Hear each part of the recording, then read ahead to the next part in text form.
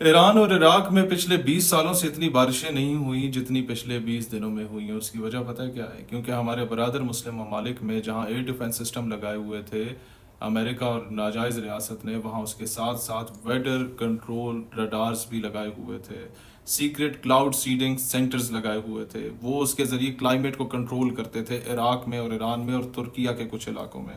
اور ریڈار جو ہے وہ کلاؤڈز میں کیمیکل کا چھڑکاؤ کرتا تھا تاکہ بادلوں میں نمی نہ رہے. اس وجہ سے ایران کے اور عراق کے کئی صوبے ایسے ہیں جو خشک سالی کا شکار تھے، ڈیمز میں پانی کوئی نہیں تھا اور زمینیں بنجر ہو چکی تھیں، اناج نہیں اگتا تھا.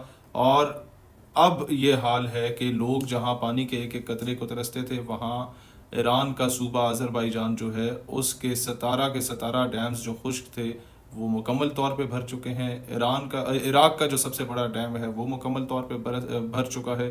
اور اب جو ہے وہ زمینیں بھی آباد ہونا شروع ہو گئی ہیں اور دنیا کو ایک چیز سمجھ آنا شروع ہو گئی ہے کہ یہ وہ بدبخت ہیں جو لوگوں کا پانی کنٹرول کرنا چاہتے تھے، لوگوں کو بھوک پیاس سے مارنا چاہتے تھے. کیونکہ عراق اور ایران وہ قومیں تھیں جنہوں نے سرنڈر کرنے سے انکار کیا تھا. ان کے لوگوں نے سرنڈر کرنے سے انکار کیا تھا. انہوں نے وقت کے یزید کے ہاتھ پر بیعت کرنے سے انکار کیا تھا.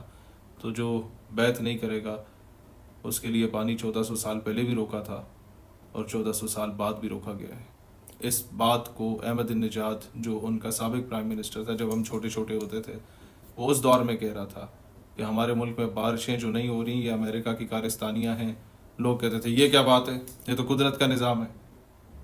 تو پھر سمجھ آئی ڈاکٹر اسرار کی تقریریں سن کے کہ جو کہتے تھے دجال جو ہے وہ بارش برسایا کرے گا اور روکا کرے گا، تو سمجھ آئی کہ وہ یہی ٹیکنالوجیز ہوتی ہیں. آج دنیا کو سمجھنا ہوگا کہ دنیا میں جو لوگ ہائیجین کا شکار ہیں، ان ہائیجینک کھانے کا شکار ہیں، لوگ جو خشک سالی کا شکار ہیں، لوگ جو بھوک مری کا شکار ہیں، اس کے پیچھے وہی شیطانی قوتیں، وہ ڈیپ سٹیٹس ہیں. ان کو شکست دینا ہوگا آپ لوگوں کو.